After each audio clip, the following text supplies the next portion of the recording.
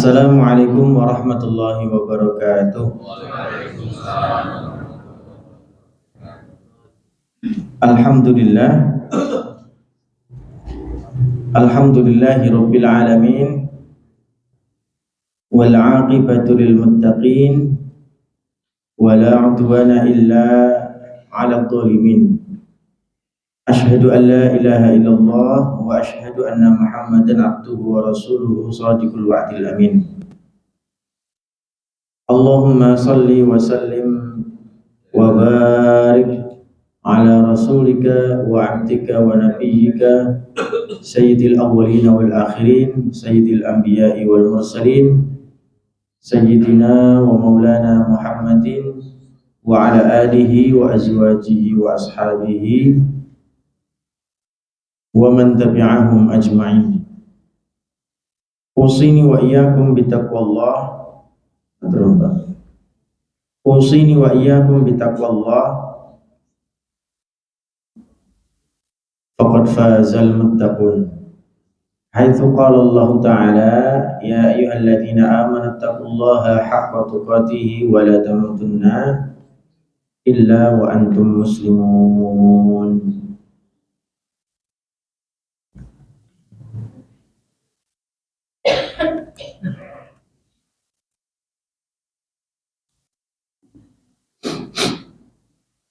Bapak Ibu sekalian, pertama mari kita syukuri nikmat Allah yang sangat luar biasa ini, yaitu nikmat iman dan Islam.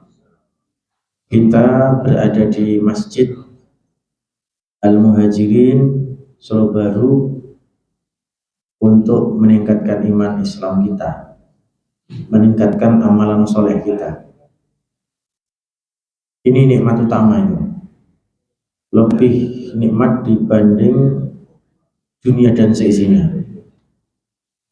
Maka dengan menyadari nikmat yang besar ini dan kemudian mensyukuri nikmat tersebut, niscaya Allah SWT akan berikan kepada kita tambahan nikmat yang lain.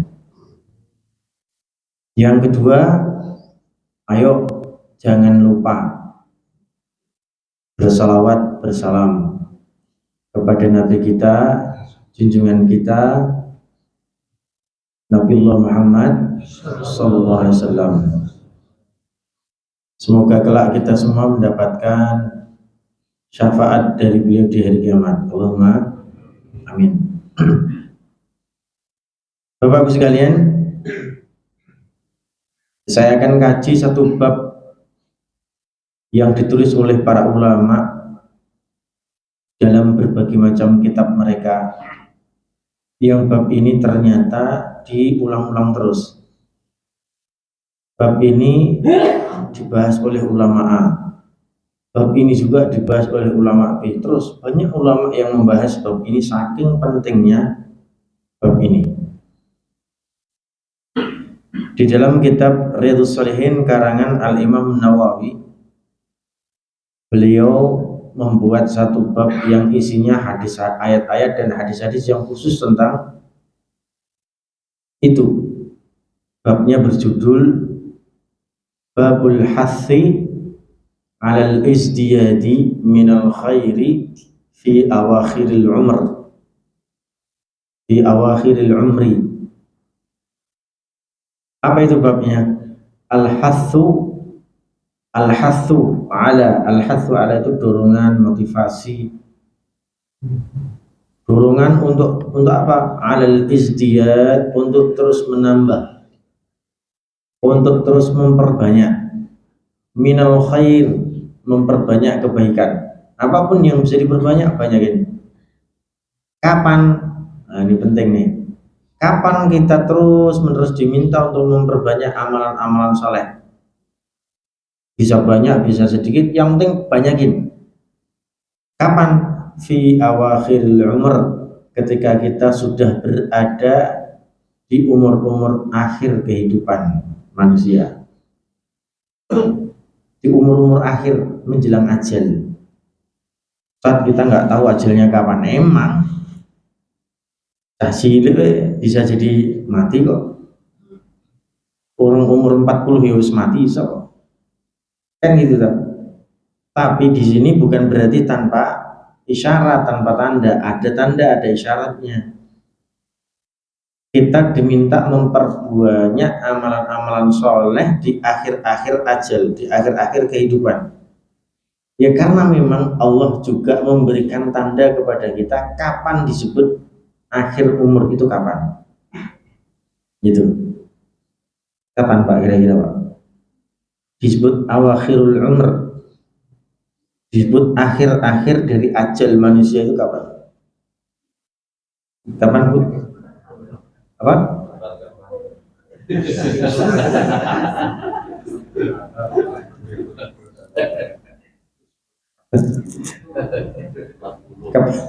Kapan disebut menjelang ajal itu kapan? Kapan? 60. Bener Bu, nanti hadiahnya soto satu.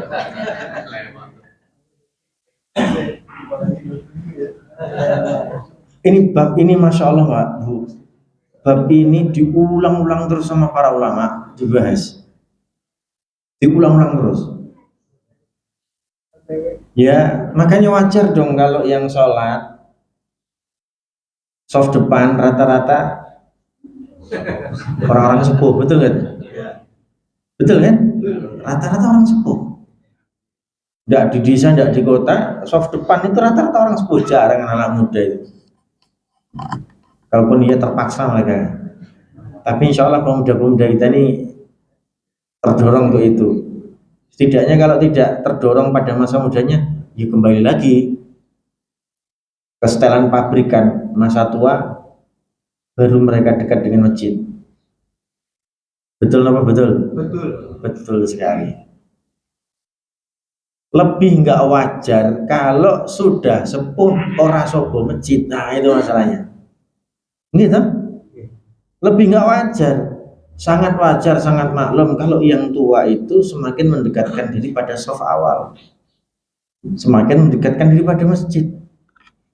Sangat nggak wajar sudah sepuh kok nggak cedak masjid. Nah ini nggak wajar banget ini. Sudah sepuh, apa sih tanda-tandanya? Nanti kita bahas. Sudah sepuh, sudah menjelang akhir umurnya, enek dangdutan yang alun-alun gitu dikejar. Wah, iya, kacau namanya.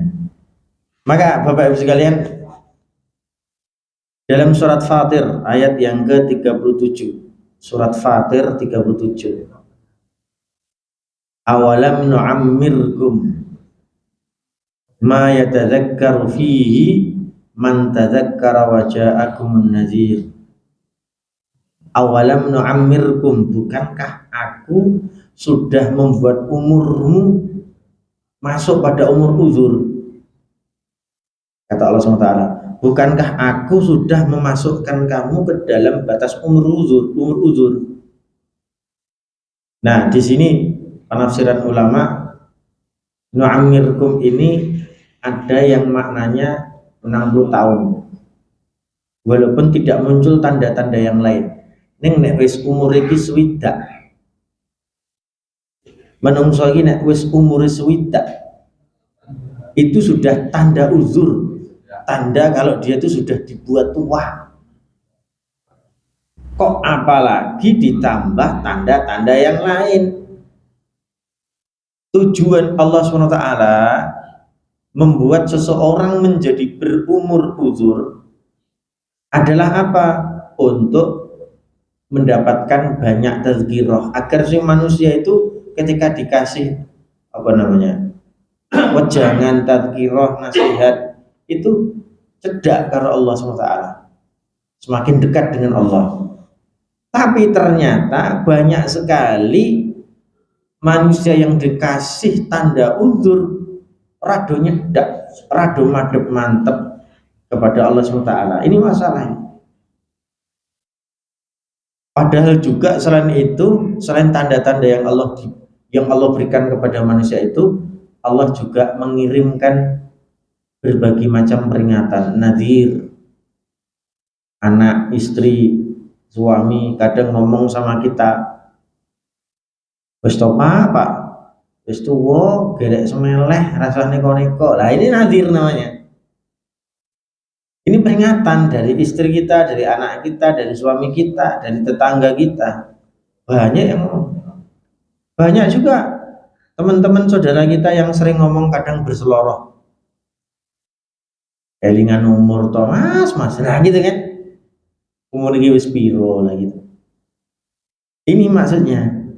Jadi tujuan Allah SWT membuat seseorang menjadi tua itu semakin dekat kepada Allah.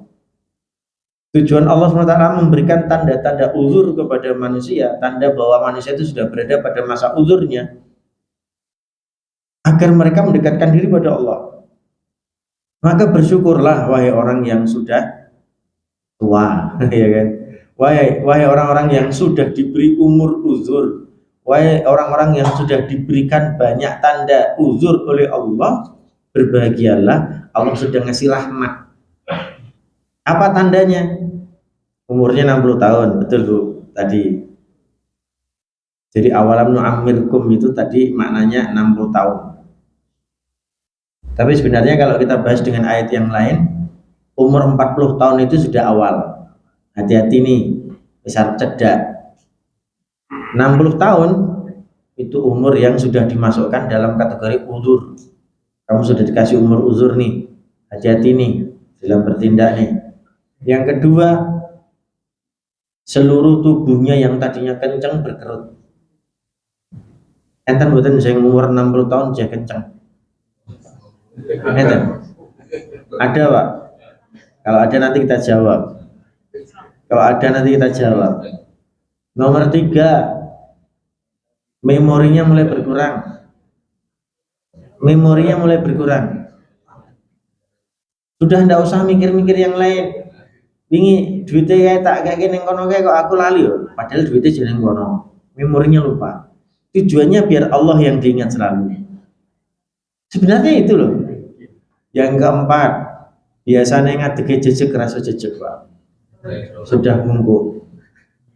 Gitu. Yang kelima, biasanya seluruh rambutnya itu berwarna hitam. Sekarang sudah putih semua.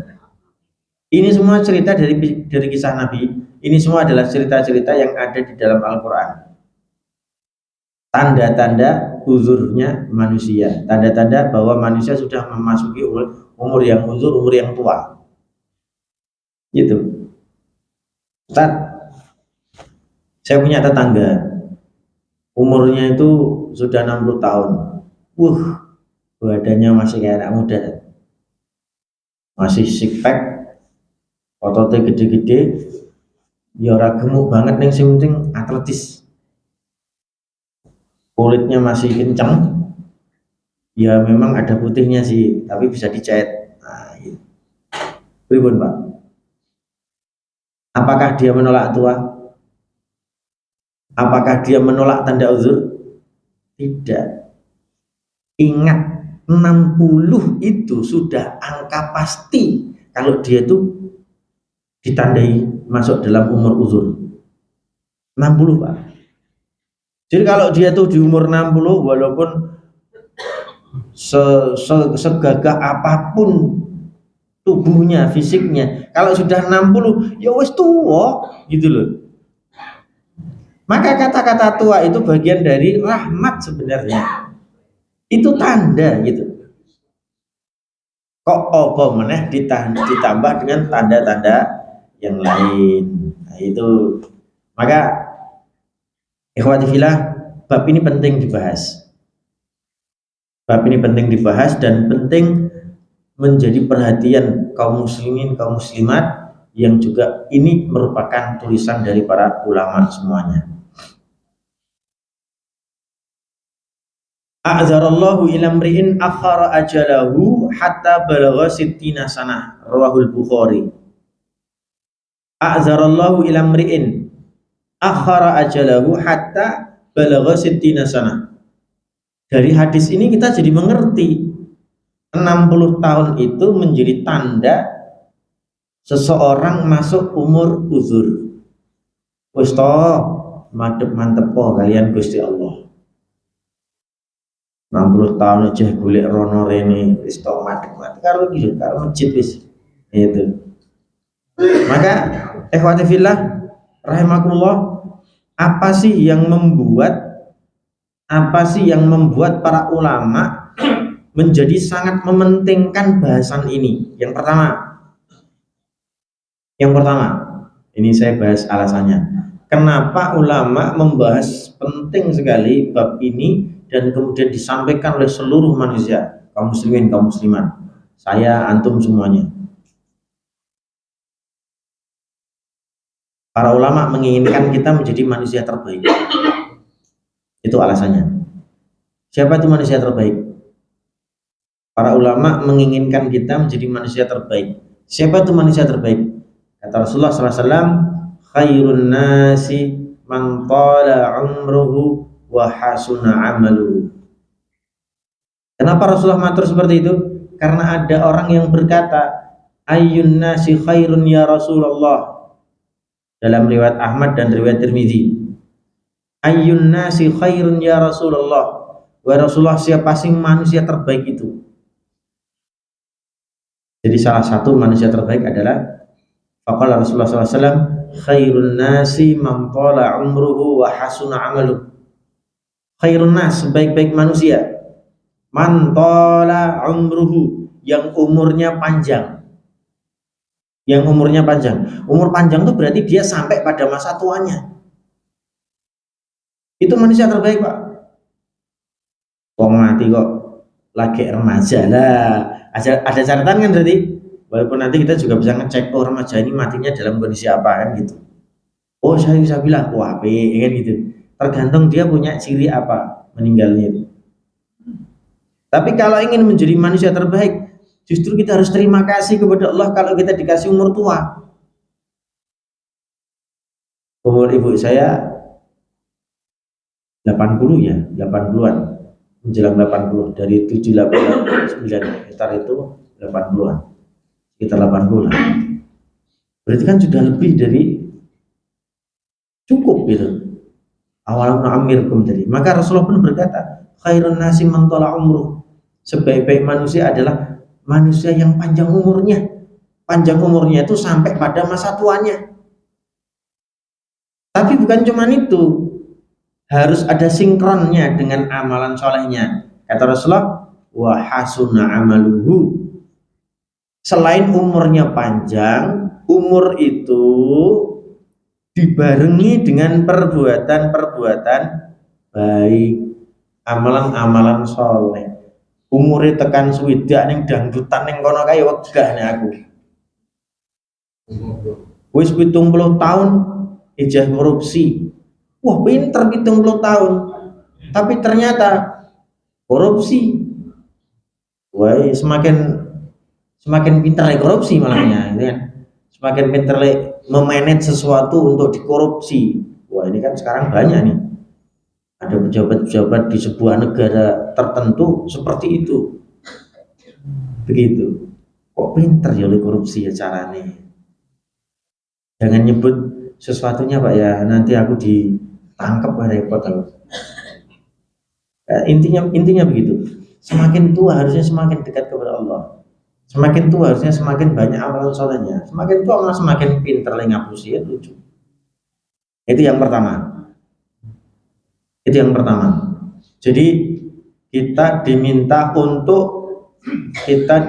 untuk memperbanyak amalan soleh pada masa tuanya itu karena memang masa tua itu menjadi ciri manusia terbaik. Apabila tuanya itu bersamaan dengan amalan soleh.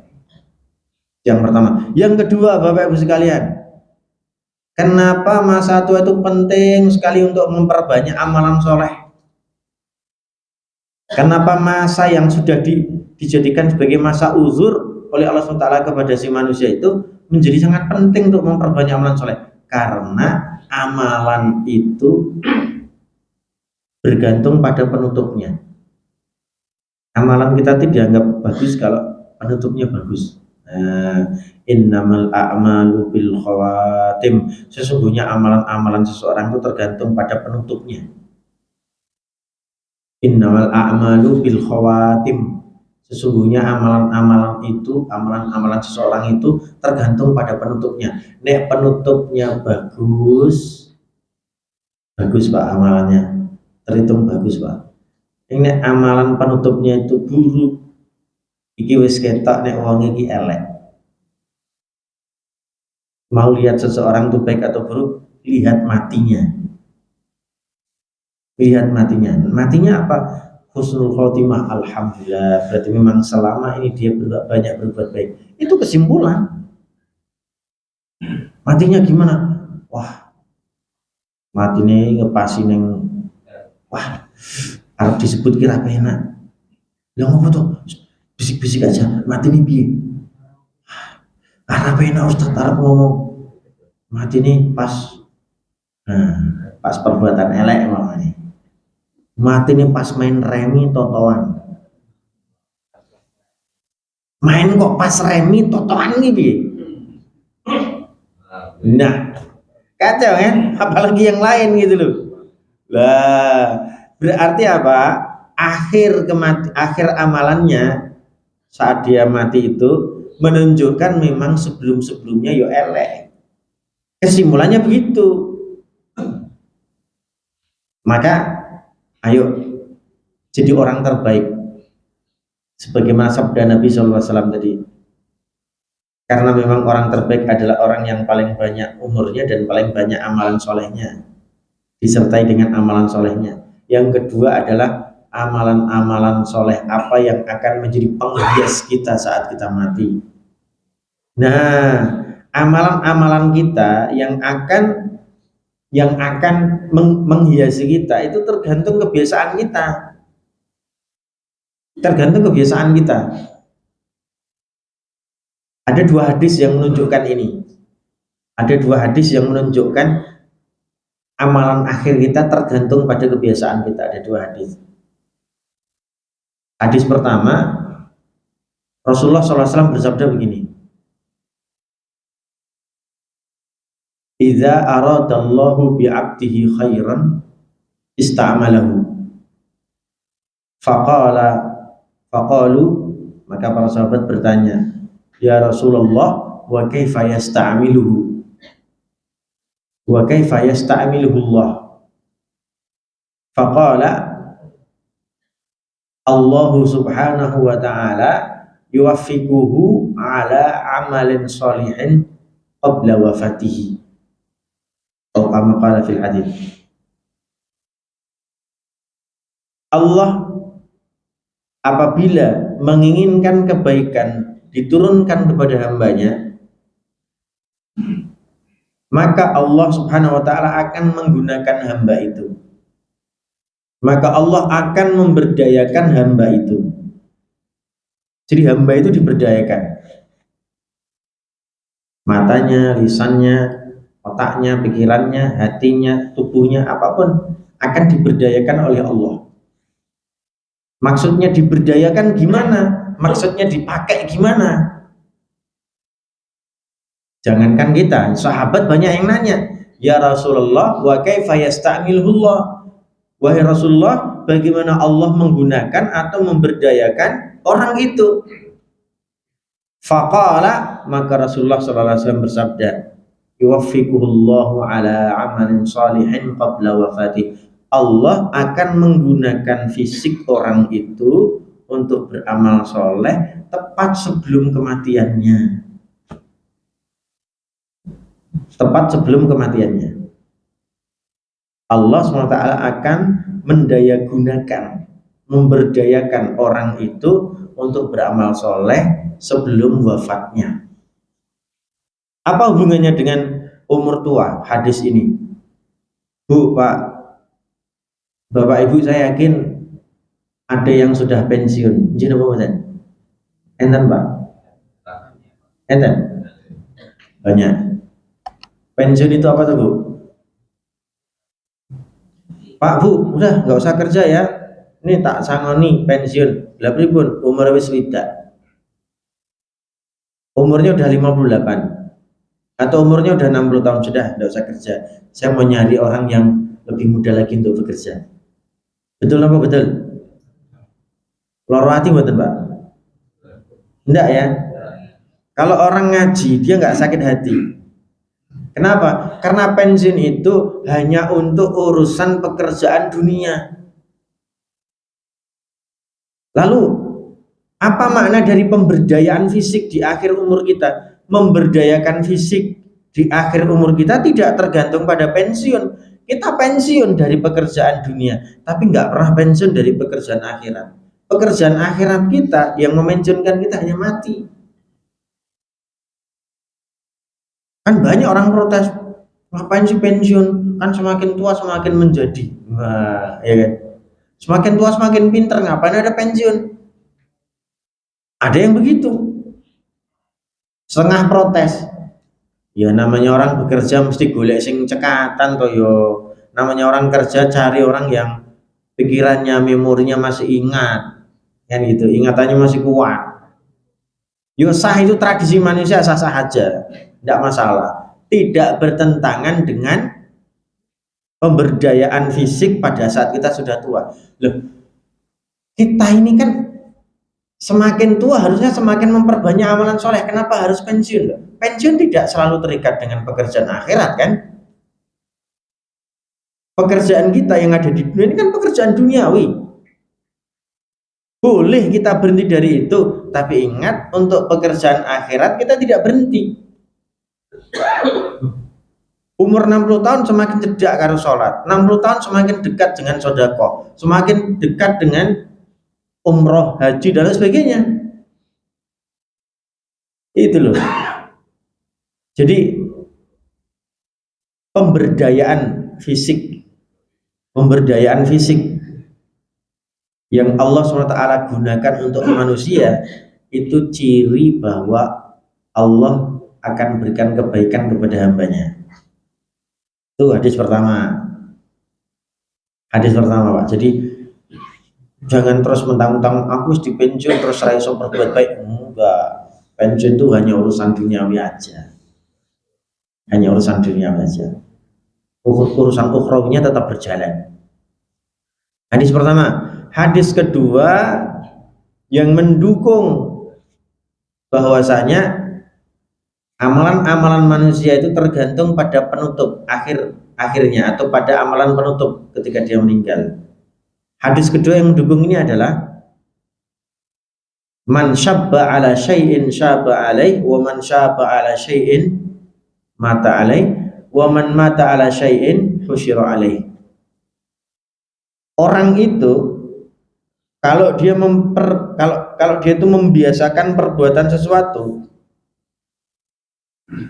orang itu kalau dia membiasakan pekerjaan atau amalan atau suatu amalan, maka suatu amalan itu akan menjadi karakter sampai pada masa tuanya. Kalau ada amalan yang menjadi karakter pada masa tuanya, maka amalan pada masa tua itu yang sudah menjadi karakter itu akan menjadi penutup akhirnya. Dia akan mati di atas amalan itu. Kalau orang mati di atas amalan yang sudah dikarakterisasi tadi di dalam dirinya, sudah menjadi karakter dalam dirinya, maka nanti dia akan dikumpulkan di padang mahsyar bersama orang-orang yang sama perbuatannya dengan dia. Bapak Ibu sekalian, hadis ini umum dan mencakup dua hal. Satu, perbuatan baik, dua, perbuatan buruk. Kalau di masa mudanya dia terbiasa melakukan perbuatan soleh, biasa jaga sholat jamaah, sampai kemudian sholat jamaah ini ketika dia jaga menjadi karakter hingga masa tuanya, bisa jadi matinya dia ngepasin jogo sholat jamaah. Sebaliknya ada orang yang terbiasa main remi, nek ramain remi gatel tangane, kayak arep ngopo ngono lho. HP itu kalau menjelang tidur kita buka ngepasi awak dhewe arep turu kok ndi HP ku lek ngene kan. Khawatir ngantek tua seperti itu, kecuali yang dibuka adalah qiraatul Quran atau ceramah dari ustadz-ustadz yang wow gitu kan. Nah, itu enggak apa-apa ya. Begitu tangi turu, seret, HP ku ndi lah, HP ku ndi. Karakter nanti jadinya, khawatir kita kan. Ngepasi nanti mati, golek HP lah tangane ngene-ngene malah repot kan. Ya kan. Jadi ikhwatifillah, hadis ini mencakup dua hal, bisa baik bisa buruk, dan semoga kita yang di majelis ini sing apik-apik. Allahumma amin gitu. Hadis yang lain yang mendukung ini, ya ternyata ada banyak ya, bukan cuma dua. Hadis lain yang mendukung ini adalah innan nasa yamutuna ala ma'asyu alaih. Manusia itu bakal mati di atas amalan yang sedang dia karakterkan di dalam hidupnya, yang sedang dia biasakan di dalam hidupnya. Saya punya tetangga, Pak. Dulu waktu zaman saya kecil, itu kalau ada orang bertemu dia ngepasi kambuh, apa ya, kambuh bersejowo ngepasi kumat. Wong do mlayu kabeh, do mlebu ning omah. Kumatnya apa? Sing tangan kanan pegangane bendu, ngertos bendu ya. Celurit bendu biasa apa itu dipegang. Sing kiri pegangane gendul. Ngertos gendul. Botol minuman ngombe-ngombe ngono, Pak. Wah, orang desa sak desa ketakutan semua, Pak. Sak desa ketakutan semua. Karena memang pada masa mudanya wong gagah gede dhuwur. Gagah gede dhuwur, Pak. Kombenane ngombe-ngombe mabuk-mabuk itu sing tangan gua karo bengok-bengok. Wah. Wong dodi, Pak. Wong dodi. Nek pas kumat ngono kuwi. Lebih baik menghindar. Nek pas gak kumat dinasihati ya mentolo wae, namanya anak muda kayak gitu. Subhanallah, subhanallah, Pak. Orang ini sekarang masih hidup. Saat itu saya masih SD ya. Sekarang saya kalau pulang ke Magelang itu kadang lihat dia ngepasi jamaah itu, dia sholat di masjid. Ini yang hebat begini, orang ini kan sudah tua sekarang. Tangan kanan itu sudah nggak bisa diangkat. Jadi kalau mau diangkat tuh pakai tangan. Nah gitu. Stroke. Kaki kanannya itu kalau berjalan gereset. Seret, seret, gitu. Seret. Saya tanya sama ibu saya, Bu, bapak itu yang dulu biasanya gini, wah saya wis sampai tenan le. Lah pripun Bu? Wah nek wayah salat terus saiki. Ora kaya mbiyen. Wis dongake ben semoga istiqomah. Sudah tua, rambut sudah memutih, sudah cungkring, dulu gagah gede dhuwur, cungkring ning dhuwur ya. Rada bungkuk, lek mlaku ngerti seret. Ini menunjukkan apa? Wah, saya berhusnudzon kepada Allah SWT, saya husnudzon sama orang itu, semoga nanti akhirnya baik. Pak Bu, engkau nek ngepasi mati tak cerita lagi Pak. Cuman saya nggak ngerti nanti duluan siapa matinya, antara dia atau saya, nggak ngerti. Iya kan? Nanti kalau ngepasi dia wafat, ceritanya tak ceritain nanti. Tapi ini qadarullah, hari ini saya bercerita seperti ini karena memang kondisi orang itu seperti itu. Subhanallah Pak. Jadi masjid itu atau musola yang dibangun ayah saya itu letaknya ada di wetan tuh ya, ada di timur.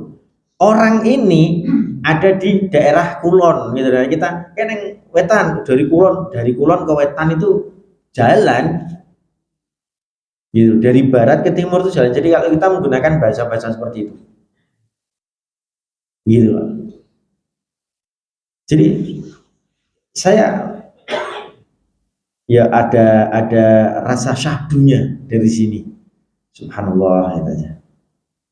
Masya Allah, semoga itu berakhir dengan baik. Nanti kalau ada masanya ya, saya ceritakan. Saya pengen tahu banget kayak apa nanti akhir matinya itu. Betul Pak, karena itu jadi pelajaran. Toh saya juga tidak menyebut nama dia kan, jangan nggak ngerti orangnya mana, fotonya mana kan. Saya tidak gibah gitu loh, saya tidak gibah. Cuman Saya menjadi sangat berkeinginan untuk tahu seperti apa nanti matinya dia. Betul Pak. Saya ingin betul-betul mensinkronkan kejadian itu dengan hadis-hadis Nabi tadi. Dan saya percaya. Dan ketika kita melihat faktualnya, realitanya, subhanallah, betul. Nah gitu loh. Maunya saya begitu. Akhirnya apa? Yakin bertambah. Iman kita bertambah. Kata nggih? Nah, sekarang masuk nomor 3. Kenapa kita diminta betul-betul memperhatikan amalan soleh kita, memperbanyak amalan soleh kita saat kita berada pada masa yang sudah dijadikan sebagai masa uzur. Yang ketiga adalah pada masa tersebut kita tidak boleh mengharap kematian. Tak boleh mengharap kematian. Wis tua, wis wae mati tak. Kok ya orang mati gitu ya Allah. Ada kan yang sering ngomong gitu, apalagi orang-orang yang sudah tua, sudah sakit-sakitan. Alah, kapan mati nih, wis ora kuat aku lah. Itu nggak boleh, kita nggak boleh ngomong gitu. Dan nanti orang tua kita, nenek kita, siapapun di antara kita kalau sudah masuk masa itu nggak boleh ngomong gitu. Zikirlah yang baik, zikirlah yang indah-indah. Kenapa? Rasulullah SAW berkata, ini hadis ini, masya Allah. Wala yatamannayanna ahadum angel melengong. Wala yatamannayanna. Ini ada tiga apa namanya? Ada 3 penguat dalam satu fiil, makanya angel ngomong. La yatamannayanna, ya kan? Jangan sekali-kali kalian berharap. La yatamannayanna ahadukum, jangan sekali-kali kalian berharap al mauta, kematian, lidurrin asabahu, karena ada suatu ujian musibah yang sedang diberikan kepada kita. Apalagi bunuh diri, tidak boleh kan. Berharap mati aja nggak boleh. Yang ada adalah fa in kana la budda fa'ilan, kalau memang dia tidak bisa ngomong apa-apa lagi, sudah tidak bisa berpikir apa-apa lagi, cukuplah berkata, cukuplah berdoa, Allahumma ahyini maka natil hayatu khairan li wa tawaffani idza kanatil wafatu khairan li. Itu kalimatnya. Ya Allah, kalau memang hidup untukku itu lebih baik, hidupkan aku. Tapi kalau memang kematian untukku lebih baik, maka matikan aku. Itu kalimat yang diajarkan Nabi kepada kita ketika kita berada pada posisi genting yang sudah tidak bisa kita tangani, tidak bisa kita kontrol. Itu tak mati wae lah, urip malah ming dadi repot. Nah, enggak boleh, Pak. Seandainya harus ngomong doa tadi, Allahumma ahyini in kanatil hayatu khairan li wa tawaffani in kanatil wafatu khairan li. Hidupkan aku ya Allah kalau memang kehidupan itu baik untukmu. Kalau memang harus mati, matikan aku. Karena kalau memang mati itu lebih baik untukmu. Silahkan. Jadi kita tidak sedang memperbudak Zat yang Maha Kuasa, Allah SWT, dengan doa kita. Doa pun ternyata ada caranya. Gitu loh. Jadi tolong ya Allah matikan aku, tuh kan seakan-akan menganggap Allah sebagai budak untuk mematikan kita. Tapi tidak boleh. Terserah Allah. Allah lebih senang yang mana, lebih senang yang hidup atau lebih senang yang mati, terserah Allah. Berikan saja Tuhannya kepada Allah SWT. Kalau memang itu milik Allah SWT. Terakhir Pak, terakhir nih, ngapunten saya jam 6 ada kajian. Terakhir saya mau cerita orang-orang tua yang memperbaiki amalannya, memperbanyak amalan solehnya, banyak beruntungnya Pak. Siapa yang nggak kenal Nabi Nuh? Umurnya 1000 tahun, 50 tahun diangkat, umur 50 diangkat jadi Nabi. Setelah itu dia berdakwah.